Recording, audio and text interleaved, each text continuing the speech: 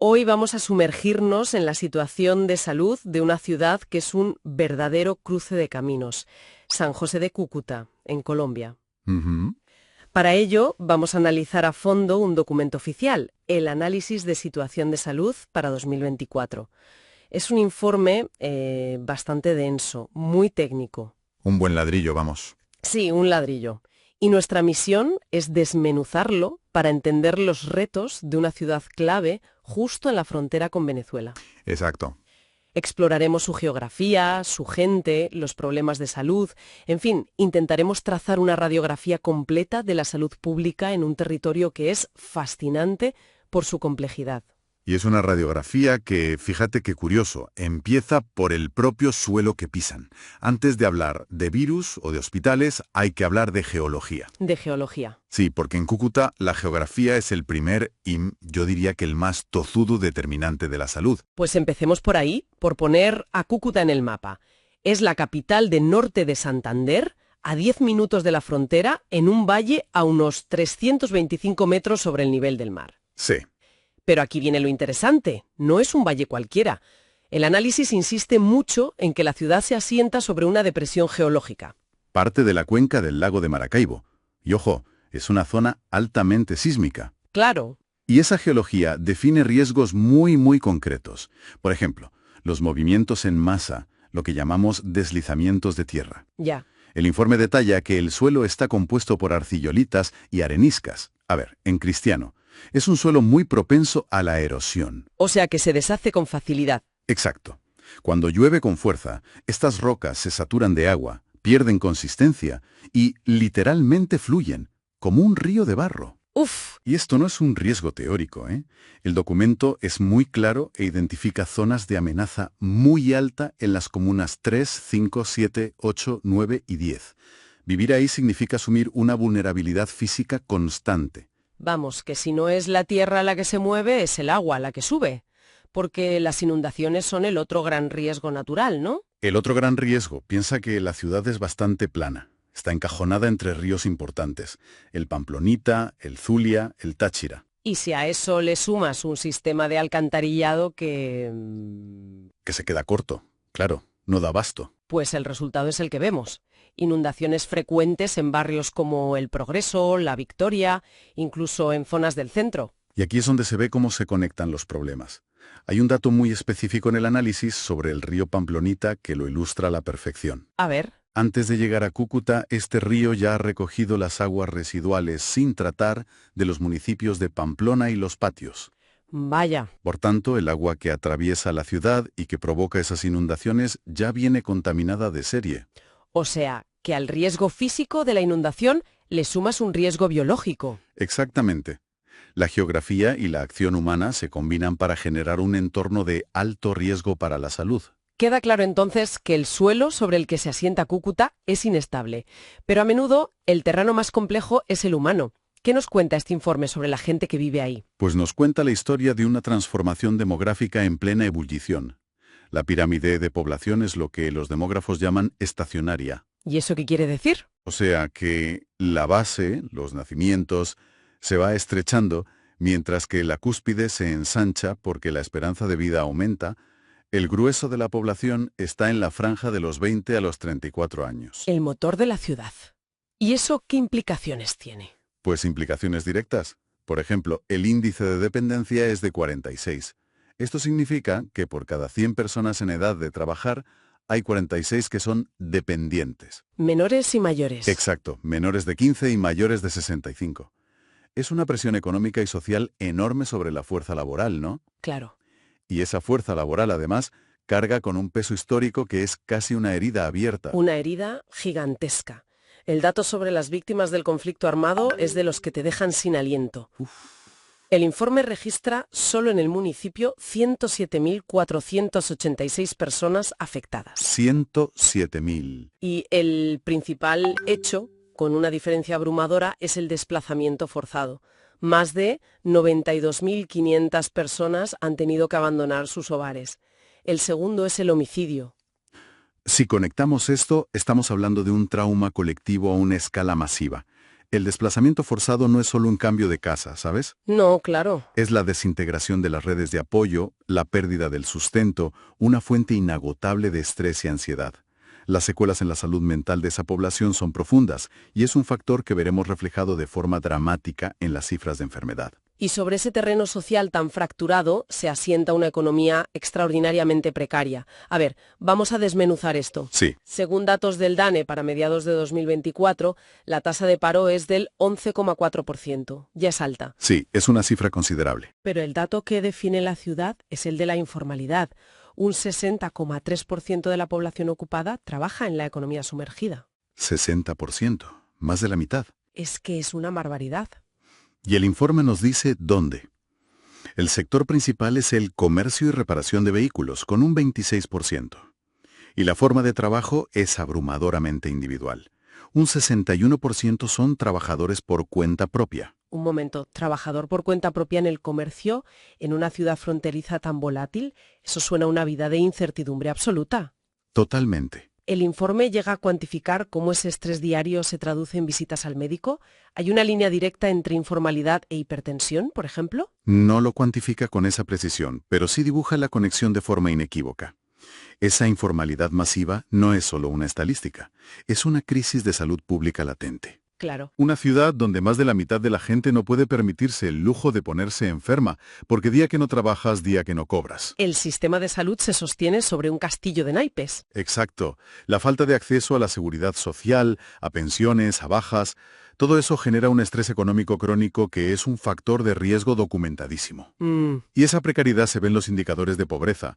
Las necesidades básicas insatisfechas son mucho más graves en la zona rural, un 23,9%, que en la urbana. Aquí la economía y la salud no es que estén ligadas, es que son la misma cosa. Vale, tenemos un escenario complicado. Un entorno físico hostil y una población bajo una presión social y económica enorme. Imagino que todo esto deja una huella muy clara en la salud. ¿Cuáles son las cicatrices que muestra esta radiografía? Pues la cicatriz principal es grande y profunda. Las enfermedades no transmisibles, las crónicas, suponen el 72% de todas las atenciones sanitarias. ¿El 72%? Son la gran epidemia del siglo XXI, y en Cúcuta golpean con fuerza. Dentro de ese grupo, las enfermedades cardiovasculares son la primera causa de consulta. La prevalencia de hipertensión arterial es del 11,01%. 1 de cada 10 adultos. Es un problema masivo. Y directamente relacionado con la dieta, el sedentarismo y, por supuesto, el estrés del que hablábamos. Pero aquí es donde la cosa se pone realmente preocupante, en la salud mental. El informe la destaca como un problema creciente y casi fuera de control. Sí. Los trastornos mentales y del comportamiento son la primera causa de morbilidad en esta área, con la ansiedad como la tercera. Pero el dato que me dejó helada está en las conclusiones. Es que es un dato para quedarse helado, sí. El informe señala que la mortalidad por estos trastornos ha tenido un incremento del... 464%. ¿Perdón? 464%. No es un error. Es una cifra que cuesta incluso procesar. No estamos hablando de una estadística. Estamos hablando de una epidemia de desesperación. Exactamente. Es la factura que llega a cobro por décadas de trauma sin resolver. El conflicto armado puede que haya disminuido en intensidad, pero la guerra dentro de la mente de la gente está escalando. Y el sistema sanitario ahora empieza a contar las bajas. Correcto. Todos esos determinantes sociales que hemos visto, desplazamiento, precariedad, estrés fronterizo, convergen aquí, en esta cifra tan brutal. Y mientras esta ola de enfermedades crónicas y mentales crece, las infecciosas de toda la vida no se han ido a ninguna parte. El dengue, por ejemplo. Es que en el caso del dengue, las cifras son de zona de guerra. Estamos hablando de una tasa de mortalidad de más de 221 por cada 100.000 habitantes. Es un problema de salud pública de primer orden. Y la causa es la de siempre. La de siempre, la proliferación del mosquito Aedes aegypti en aguas estancadas, en los tanques y lavaderos de las propias casas. Y supongo que, junto al dengue, habrá otras enfermedades ligadas a las condiciones de vida. Por supuesto, el poliparasitismo intestinal, por ejemplo, afecta sobre todo a las zonas más vulnerables, aquellas con acceso limitado a agua potable. Las llamadas enfermedades de la pobreza. Son eso. Y además, el informe alerta del aumento de enfermedades de alto coste, como el VIH, con una incidencia de casi 36 por 100.000, o la enfermedad renal crónica. ambas con tendencia al alza. Entonces, si lo entiendo bien, la ciudad se enfrenta a una doble carga. Por un lado, las enfermedades de siempre, las infecciosas, y por otro, esta nueva ola de enfermedades crónicas y de salud mental. Es un reto mayúsculo. Es el desafío sanitario más complejo que se puede tener, y la respuesta que propone el informe es necesariamente ambiciosa. Entonces, ¿cuál es esa respuesta? Porque el informe no solo diagnostica, también propone soluciones. La idea central parece ser una transición, pasar de un modelo que solo cura a uno que previene. Sí, un modelo preventivo y predictivo, basado en la atención primaria en salud. ¿Y eso, en la práctica, qué significa? Pues significa intentar anticiparse a la enfermedad, y para ello el informe detalla varias estrategias. Una fundamental es la gobernanza y la participación.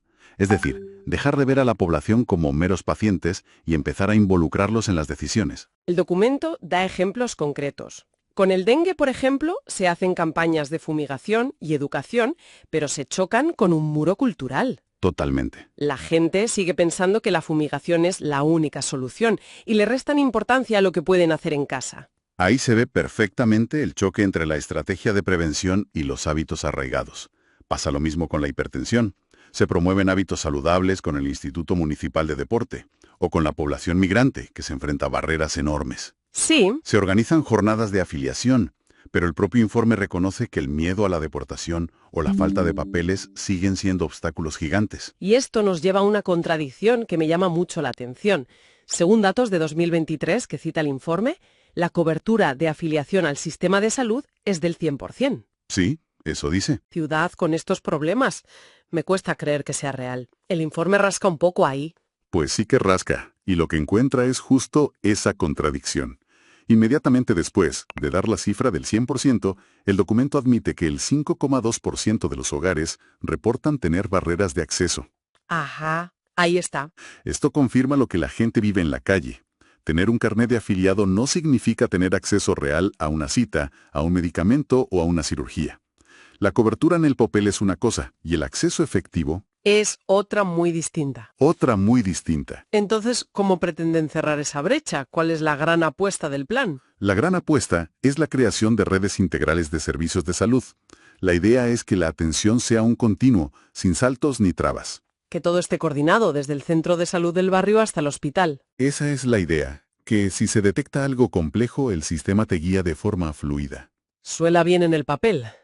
Pero sinceramente, con un 60% de informalidad y barreras de acceso incluso para los afiliados, no es un sueño burocrático. El informe detalla cómo van a superar esas barreras del día a día. La falta de dinero para el autobús para ir al hospital o no poder perder una mañana de trabajo. Esa es la pregunta del millón, y el punto más débil de la propuesta. El informe describe muy bien el qué, el modelo ideal, pero es mucho más vago en el cómo. Ya. Reconoce la necesidad de abordar los determinantes sociales, pero las acciones concretas no están tan desarrolladas. Se fía mucho a la participación comunitaria, a que la propia gente se organice, pero sin una inyección de recursos fuerte, el riesgo de que el modelo se quede en el papel es muy alto. Bueno, a modo de resumen, hemos trazado la radiografía de una ciudad de una complejidad abrumadora. Cúcuta está marcada por su geografía, su dinámica fronteriza, una demografía en transformación, y se enfrenta a esa doble carga sanitaria. Por un lado, enfermedades infecciosas como el dengue ligadas al entorno y a la pobreza, y por otro, una marea creciente de enfermedades crónicas y problemas de salud mental. Que son el reflejo de la precariedad y el trauma colectivo. Exacto. El mensaje clave que se destila de todo el análisis es la interconexión. No se puede entender la salud en Cúcuta si no se entiende su geografía, su economía informal, el legado del conflicto. No son temas aislados. Para nada, son los hilos que tejen la red sobre la que descansa el bienestar o el malestar de la población. La respuesta que se propone es ambiciosa y va en la dirección correcta, un giro hacia la prevención, pero, como hemos visto, choca con barreras estructurales muy difíciles de derribar. Y esto nos deja con una reflexión final. El informe subraya una y otra vez la necesidad de un cambio en el comportamiento individual para atajar problemas como el dengue, la hipertensión, la salud mental. Sí, pide a la gente que limpie sus tanques, que coma mejor, que haga ejercicio, que busque ayuda. Claro. Y la pregunta que queda en el aire y con la que queremos cerrar es: ¿Hasta qué punto se puede exigir a una población que modifique sus hábitos diarios cuando las condiciones estructurales de pobreza, de informalidad laboral y el estrés constante de vivir en esa zona hacen que la principal prioridad sea simplemente la supervivencia del día a día? ¿Cómo se equilibra la responsabilidad individual, que es importante, con la necesidad de transformar el entorno social y económico que, en última instancia, es el que condiciona la salud de la gente?